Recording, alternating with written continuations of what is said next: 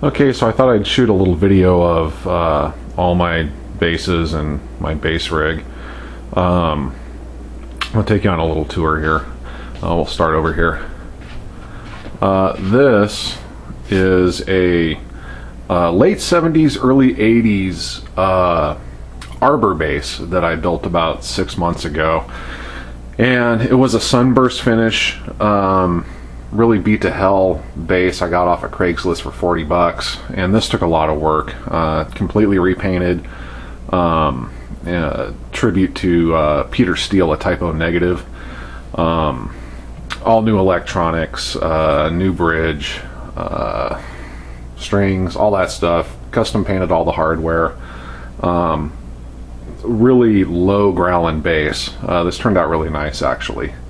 So that's that one. And then this one here, this is my pride and joy. This is my 1991 Fender Precision, made in Mexico. This bass, I am the original only owner. I bought this in Lake Tahoe, and it's been upgraded with Seymour Duncan SPB1s and Badass 2 bridge, custom made chrome metal pickguard. This was actually cut out of steel in Reno. I took the template in, took the old pickguard in, and the guy cut it out of steel, and then we sent it to the chrome shop and had it chromed. I think the pickguard alone weighs like 2.5, 3 pounds, so a lot of weight, but that's my baby there. Okay, then next, this is my Fretless that I built in 2006. And this bass is a Fender jazz bass body, Seymour Duncan bass lines, pickups, and Badass 2 bridge, ebony fretboard, and this is a Jim Searles custom fretless neck, brass nut, hip shot tuners, and the back of the neck, I can't pull it off with one hand, but the back of the neck is a beautiful bird's eye maple, really highly figured. And the body was painted by Michael Dolan in Santa Rosa here. If anybody knows Michael Dolan Custom Guitars, this body is painted in a automobile Lexus automobile charcoal gray metallic.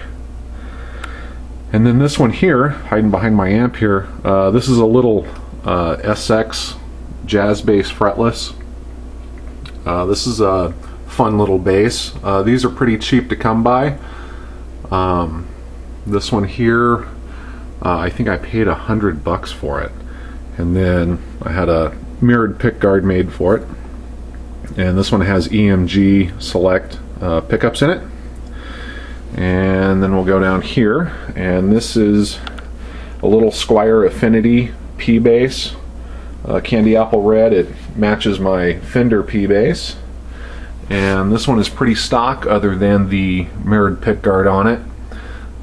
This is the one that I like to play, and I'm not afraid to, you know, take anywhere, things like that, so that I don't mess up my Fender bass. And then next, this is a Squire series, standard series jazz bass in charcoal gray satin finish, and it's got a chrome pickguard on it as well, and a Badass 2 bridge. The electronics are stock. This is one of my best playing basses here. You know, Squires get a lot of bad rap, but I'll tell you what, I'll play one any day.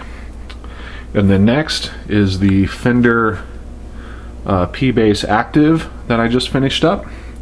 Chrome mirrored pickguard, custom made by Pickguardian, Tony.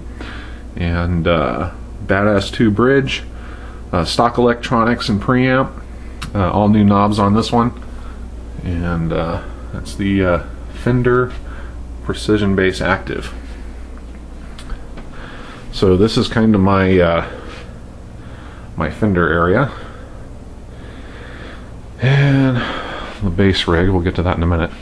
And then here, this is I like to play a lot of metal, and not that these basses are made for metal, but visually they are. And this is my Paolo Gregoletto from Trivium Signature Series. This is the 4-string version, BC Rich, because I do not like to play a 5-string. I just can't get used to it. This is an active bass, very nice bass. Next is my BC Rich Warlock Trace. This is a passive bass, and this particular bass with these Music Man style humbuckers in it, even over the active basses, this is the loudest bass I own. Those humbuckers there really put out.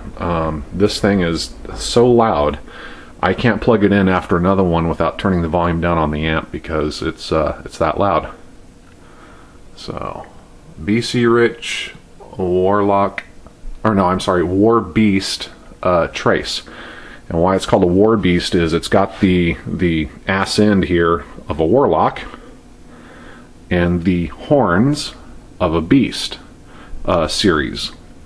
So BC Rich put the top end and the ass end of those two models together and came up with the War Beast. This bass you do not play sitting down. It does not fit you. You can only play this bass standing up. But the action on this thing is, it's probably the nicest action bass I have. It's the loudest and it is so extremely fast. I love this bass. Okay, next, my favorite body style of all time, the Mockingbird. And this is a BC Rich Masterpiece Mockingbird. This just came out this year, and I think it retails for like 349 bucks, and it's worth it all day long. It's got the PJ style setup, which I love. It's an arch top, which is rare for a Mockingbird bass. Nice quilt.